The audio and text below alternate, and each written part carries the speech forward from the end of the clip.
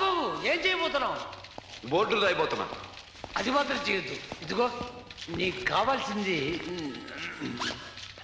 కావాల్సింది ఉద్యోగమేగా. తప్పకుండా రేపటి నుంచి నువ్వు జాయిన్ అవ్వు.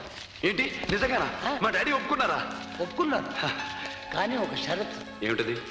ఏం లేదు, కొంతకాలం నువ్వు చక్రవర్తి గారు కొడుకు అని ఎవరి దగ్గర చెప్పొద్దు. సమయం వచ్చినప్పుడు ఆయనే చెప్తానని రిక్వెస్ట్ చేయమన్నారు. అలాగే. ఏదో మర్చిపోయా. కంగ్రాచులేషన్స్.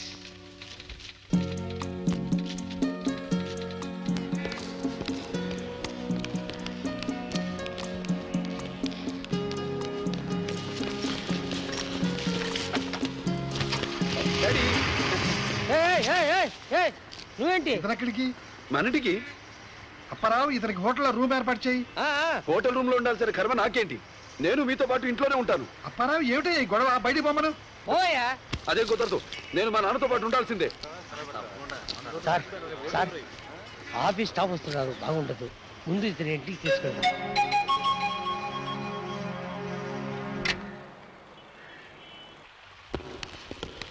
అప్పారావు సార్, ఇతనికి ఈ రూమ్ ఏర్పాటు చేయి. అలాగే. అల్లుడు గారు, రూమ్ ఏర్పాటు చేయమంటున్నారు. ఎవరితను? ఇతనా గత సెక్రటరీ. రేపు ఎలక్షన్లో నిలబడాలనుకుంటున్నాను కదా, అందుకని స్పెషల్ సెక్రటరీని ఏర్పాటు చేశాను. అప్పారావు, రూమ్ బాగా క్లీన్ చేయించు. Okay sir. డాడీ. ఏమిటి డాడీయా? అది జీడిపప్పు తింటున్నారు కదా, ఇదా అబ్బాయికి జీడిపప్పు అంటే చాలా ఇష్టం, అందుకే జీడికి బదులు డాడీ అనేసాడు, అంతే.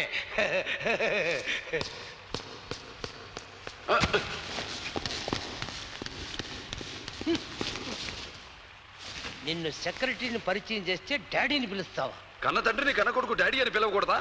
20 ఏళ్లుగా పిలవకుండా ఉన్నావు కదా, ఒక నెల పాటు డాడీ జాడీ బీడీని పిలిచావో కొంప మునిగిపోద్ది, జాగ్రత్త. నాకంతా అయోమయంగా ఉందయ్యా. అల్లుడు గారేమో సెక్రటరీ అని గదిమ్మంటున్నాడు, అతనేమో డాడీ అంటున్నాడు, వీడేమో జీడీ అంటూ మాట మార్చేస్తున్నాడు. ఇదంతా చూస్తుంటే నాకెందుకో అనుమానంగా ఉంది. ఎవడో అమ్మ అబ్బాలని అనాథ ఉంటాడు. వాడు మనలాగే తేరగా కూర్చుని తినడానికి వచ్చి ఉంటాడు.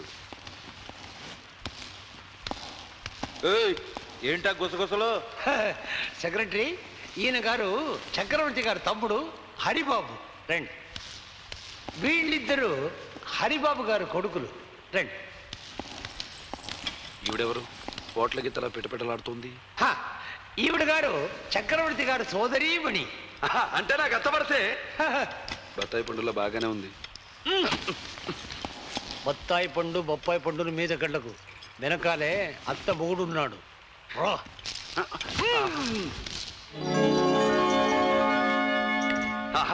గజ్జల గుర్రంలా గలగలాడుతుంది. ఆ పిల్లెవరు? ఈమె ఆమెగారు కూతురు, పేరు రేఖ. ఓహో, అత్త కూతురు. మరదల పిల్లంటే మనకి వరసైన పిల్లే, సరదాగా సరసమాడచ్చు. ఏమిటి సెక్రటరీ అని వచ్చి డాడీ పిన్ని అత్త మరదలని ఇష్టం వచ్చినట్టు వరుసలు కలిపేస్తున్నాడు? ఏమిటి ఇతని ఉద్దేశం? అదే లేదు, చుట్టూ ఉన్న వాళ్ళని తన మనుషులుగా భావించడం ఇతను అలవాటు, గొప్ప అలవాటు కాదు. చాలే, సంతోషించాం గాని. అక్కడ ఒక వయసు పండిన గుంటనక్కను చూశాను, అతను ఎవరు? నేనెవరో ఇప్పుడు నీకు చెప్పినా అర్థం కాదులే, ముందు ముందు తెలుస్తుంది. కానీ ఒకటి మాత్రం గుర్తుంచుకో, నేను నీ తాతని. వచ్చేయ్.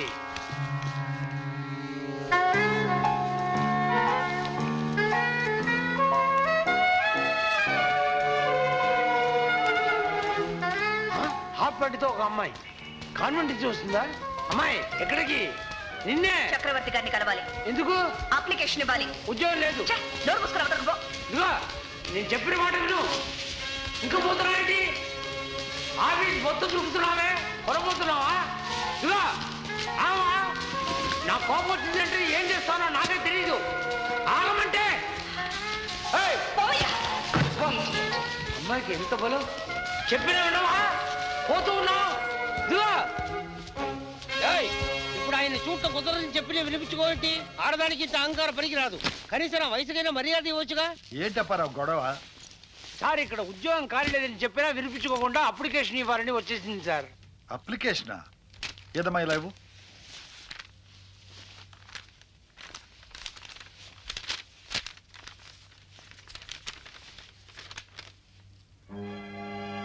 ఏమిటిది?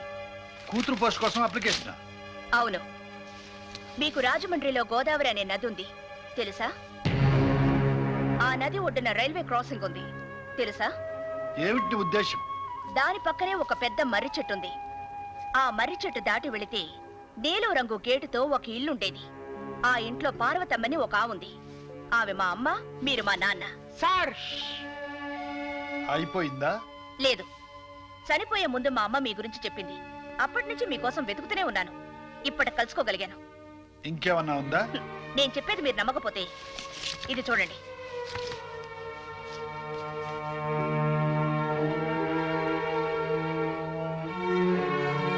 ఇంకా ఏవైనా రుజువులు కావాలా? అక్కర్లేదు గాని పార్వతికి ఎంతమంది పిల్లలు? నేనొక్కదాన్నే. నీకు తెలియకుండా మీ అమ్మకి ఇంకెవరైనా పిల్లలున్నారా? నోర్ముయ్. అప్పారావు, ఇంకో సుపుత్రుడు ఉన్నాడుగా, పిలు. హలో హలో రాజా, నిన్ను మీ నాన్నగారు రమ్మంటున్నారు. బాబు, రాజమండ్రిలో ఉన్న పార్వతి అమ్మకి నువ్వు ఒకే ఒక కొడుకునని, నీకు ఈయన ఒకే ఒక నాన్నని చెప్పి ఇక్కడికి వచ్చావు. ఇప్పుడు ఈ అమ్మాయి కూడా పార్వతి అమ్మకి తను ఒకే ఒక కూతురునని, ఈ అమ్మాయికి ఈయన ఒకే ఒక నాన్నని అంటోంది. మీ ఇద్దరిలో అసలెవరో నకిలీ ఎవరో మాకు ఇప్పుడే తెలియాలి. మా నాన్నని నాన్నని పిలవడానికి నీకెంత ధైర్యం? మా నాన్నని నాన్నని పిలవడానికి నీకెంత ధైర్యం? మా నాన్నని నాన్నని పిలవడానికి నాకు మాత్రమే హక్కుంది. మా నాన్నని నాన్నని పిలవడానికి నీకేమాత్రం హక్కు లేదు. నాన్న, ఇది పెద్ద అబద్ధాలు కోరు. ముందు దీన్ని బయట పంపించండి. డాడీ, ఇతని మాటలు నమ్మొద్దు. మన కుటుంబ విషయాలు తెలుసుకొని మీ కొడుకులాగా ఇక్కడికి వచ్చి మన ఆస్తిని అనుభవిద్దామని చూస్తున్నాడు. ఏమిటే వాగుతున్నావు? అప్పారావు, ముందు పోలీసులకు ఫోన్ చేయి. అవును, పోలీసులకు ఫోన్ చేయండి. మేమేం చేయాలో మాకు తెలుసు, మీరు చెప్పక్కర్లేదు. ఇదిగో చూడండి, మీ ఇద్దరికి ఒక అవకాశం ఇస్తున్నాను. పోలీసులు వచ్చి మిమ్మల్ని అరెస్ట్ చేయకముందే మర్యాదగా ఇక్కడి నుంచి వెళ్ళిపోండి. నేను వెళ్ళను. నేను వెళ్ళను. నేనే ఈయన కూతురు అనడానికి సాక్షి ఈ ఫోటో చాలు. నా దగ్గర ఉంది అలాంటి ఫోటో. ఎవడయ్యా ఫోటో స్టూడియో వాడు? కాపీలు తీసి ఒక్కొక్కటి ఇక్కడ పంపుతున్నాడు. నువ్వు ఇక్కడి నుంచి వెళ్ళకపోతే నీ మొహం పగులుతుంది. నేను వెళ్ళను. ఏమిటిది పోట్లాట అలరి? ఇదేమన్నా ఫిష్ మార్కెట్ అనుకున్నారా? 20 సంవత్సరాలు వెతికి మా నాన్న దగ్గరకు వస్తే నాకు ఇలాంటి సన్మానం జరుగుతుంది అనుకోలేదు. మా అమ్మతో నాన్న పరమ దుర్మార్గుడని చెప్తే, కాదు నిన్ను చూసిన మరుక్షణమే ఆయన నిన్ను దగ్గరకు తీసుకుంటారని చెప్పింది. కానీ నాకు ఇలాంటి పరాభవం జరిగింది. సరే, నేను వెళ్ళిపోతాను. కానీ నా దగ్గర డబ్బు లేదు, ఉండడానికి ఇల్లు లేదు. నడి వీధిలో అడుక్కు తిని బతకాల్సిందే. ఎవరైనా ఎందుకు ఇలా చేస్తున్నావు అని అడిగితే మా నాన్న చక్రవర్తి నన్ను బాగా పాలు చేశారని చెప్తాను. సార్, ఆ అమ్మాయి నిజంగా అన్నంత పని చేస్తే మీ పరువు ఏమవుతుంది? ఛీ, నన్ను ఎందుకు ఇలా హింసిస్తున్నారు? వీళ్లకు నేనేం అపకారం చేశాను? బాబు ప్లీజ్, కాసేపు ఇద్దరు బయటకు వెళ్తారా? ఆయన ఆలోచించుకుంటారు. Please please. ఇంకా ఏముంది ఆలోచించుకోవడానికి? నో, నా పరువు ప్రతిష్ట ఆఖరికి ప్రాణం పోయినా సరే వీళ్ళు చెప్పేది నేను ఒప్పుకోను. సార్, పార్వతీమ్మ మిమ్మల్ని వదిలి వెళ్ళేటప్పుడు గర్భంతో ఉంది కదా. ఆ తర్వాత ఆమెకి ఒక బిడ్డ పుట్టుండొచ్చు. ఆ బిడ్డ మగైనా అయి ఉండొచ్చు, ఆడైనా అయి ఉండొచ్చు. వీళ్ళిద్దరిలో ఆ బిడ్డ ఒకరై ఉండొచ్చు, అవకపోయి ఉండొచ్చు. అప్పారావు, నేను ఇప్పటికే కన్ఫ్యూజన్ లో ఉన్నాను. నన్ను మరీ కన్ఫ్యూజ్ చేయకు. అందుకే ఈ కన్ఫ్యూజన్ తీరే వరకు వాళ్ళిద్దరిని మన దగ్గరనే ఉండనివ్వండి. మరి అందరికీ ఏమని చెబుతావు?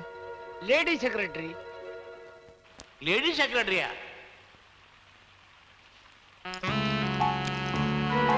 లేడీ సెక్రటరీ, దుప్పు సెక్రటరీ అంటూ అలా బార నోరు తెరవకు. ఫ్రిడ్జ్ తెరిచినట్టు చాపర కంపు కొడుతుంది. రేపు వచ్చే ఎలక్షన్లో ఆడవాళ్ళు ఓటు పడాలంటే మన ఇద్దరు అడిగితే ఓట్లు వేయరు, తలుపేస్తారు. అందుకే అందమైన ఆడ సెక్రటరీని అపాయింట్ చేశారు అయ్యగారు. అంతే కదండి? రంగరంగా, నిన్నేమో మగ సెక్రటరీ, ఈవేళ ఆడ సెక్రటరీ. ఏమిటి అల్లు గారు ఇలా సెక్రటరీల పోషణ మొదలెట్టారు? అదంతా మీకు అనవసరం. అప్పారావు, సార్. లేడీ సెక్రటరీ ఉండడానికి రూమ్ ఏర్పాటు చేయి. అలాగే అన్నయ్య, ఇలా సెక్రటరీలకి, స్టెనోలకి, ఆఫీస్ కుర్రాళ్ళకి ఇంట్లో రూములు ఇస్తే ఇంట్లో వాళ్ళంతా హాల్లో పడుకోవాలి. ఒరే హరే, ఈ ఇల్లు నాది. నా ఇష్టం వచ్చినట్టు చేస్తారు. నేను చేసే పని ఇష్టం లేని వాళ్ళు, కష్టంగా ఉన్నవాళ్ళు నిరభ్యంతరంగా వెళ్ళిపోవచ్చు. ఇందులో కష్టమే ఉంది బాబు. 100 మంది సెక్రటరీలు వచ్చినా మాకు అభ్యంతరం లేదు. ఏదో మొదలు చదువుకుంటాం. అమ్మా, నీ పేరేమిటి తల్లి? రోజా తాతయ్య గారు. రోజాయా మంచినీళ్ళ కూజాయా బాజాలో మోగడానికి తయారైంది కొంపలో. ఏ రాజా, కాకినాడ కాజా, అనవసరంగా నా జోలికి రాకు. నేను తలుచుకుంటే తుప్పు రేగిపోతే. నాతో పెట్టుకోకు. ఏయ్ అప్పారా, ఏమిటయ్యా సెక్రటరీలు ఇద్దరు శత్రువులా తయారయ్యారు? వాళ్ళు శత్రువులో మిత్రులో నీకెందుకయ్యా? సంబంధం లేని విషయంలో అనవసరంగా దూరకు. ఇదిగో పని పాట లేకుండా 3 పూట్ల తేరగా కూర్చుని తింటున్నావుగా రంగరంగ. ఇదిగో ఈ రంగరంగ నీ గదిలోకి వెళ్ళి అక్కడ చెప్పుకో. రంగా ఇంకా ఇక్కడే నిలబడ్డారేంటి? వెళ్ళండి అయ్యా వెళ్ళండి. గేట్ ఎవరో డూప్లికేట్ ఎవరో 10 మందిలో రోడ్డు మీద తెలుస్తాను. పద, సెంటర్ లో చెడు కూడా ఆడించేస్తా. పదవే, దెబ్బేమిటో రోడ్డు మీద చూపిస్తాను. అబ్బా అంటావు. ఆగండి 10 మందికి తెలిస్తే మరి అలా మంట కలిసిపోతుందని మీ ఇద్దరిని ఇక్కడ తీసుకొచ్చా. ఇక్కడికి వచ్చి అల్లరి చేసి ఊరు మొత్తం తెలియచేయాలని ప్లాన్ వేశారో మెడపెట్టి కట్టేస్తా. సంఖలో చోటిస్తే రెచ్చికెక్కుతున్నారేంటి? దేనికైనా ఒక లిమిట్ ఉంది. నీకు అదే మాట. వెళ్ళవయ్యా పెద్ద మనిషి, వెళ్ళవయ్యా.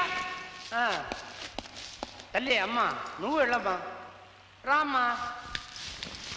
తెలుసు మీ ఇద్దరికీ తెలియదని నాకు తెలుసు అనేది నీకు తెలుసు అనేది నాకు తెలుసు. అబ్బాబే అవన్నీ పాతకాలంలో మా తాతలు వేసుకున్న పాత్రలు. అంటే తాత అయిన తర్వాత వేసుకుంటానంటావా? ఇదిగో రేపు పుట్టినరోజు అంటే చూడప్పారావు,